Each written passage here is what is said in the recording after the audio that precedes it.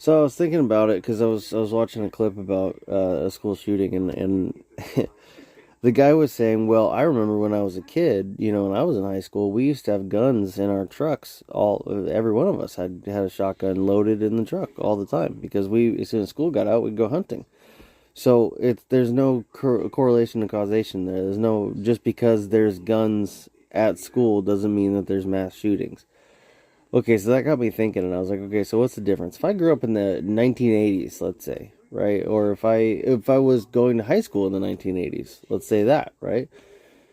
So I'm 14, 15, 16 years old, somewhere around there. I'm in the 80s, and maybe my family is well off enough that I can afford to have my own truck that I take to school, and I can afford to have my own shotgun that I put in the back, which is probably passed down from multiple generations of family members. So that shotgun is probably really meaningful to me, and I probably don't want to lose the right or responsibility to use that shotgun. And I'm probably there isn't a McDonald's on every second corner, at this stage, and gas stations and stuff, convenience food, all the garbage that we eat every day and drink every day, the energy drinks and such, those weren't really available. So you were probably drinking water. You were probably eating healthy. You were probably even growing or harvesting your own food. Because we were agriculturally relevant at one point. We're very much not anymore. But so you take all that, right? And then you compare it to a kid born nowadays. And it's like, okay, so what's the difference? Well, one, these kids are raised on electronics from the day they're born. They have Cocomelon iPads at 2. They have their own cell phone at 5, and it only gets worse from there.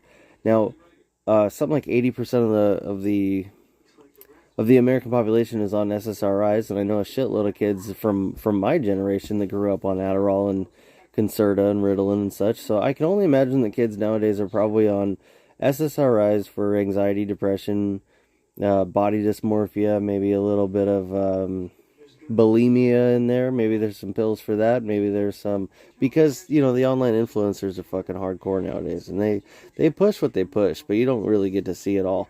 A lot of it is pretty horrible, and these kids are very impressionable, and and most of them don't know how to read. They don't know how to think for themselves, so they're stupid, not by their own choice, but they just are. They're stupid. They're manipulative, or easily malleable. They're easily manipulated, and they have a false sense of confidence that allows them to feel like they know what the fuck they're talking about when they typically don't.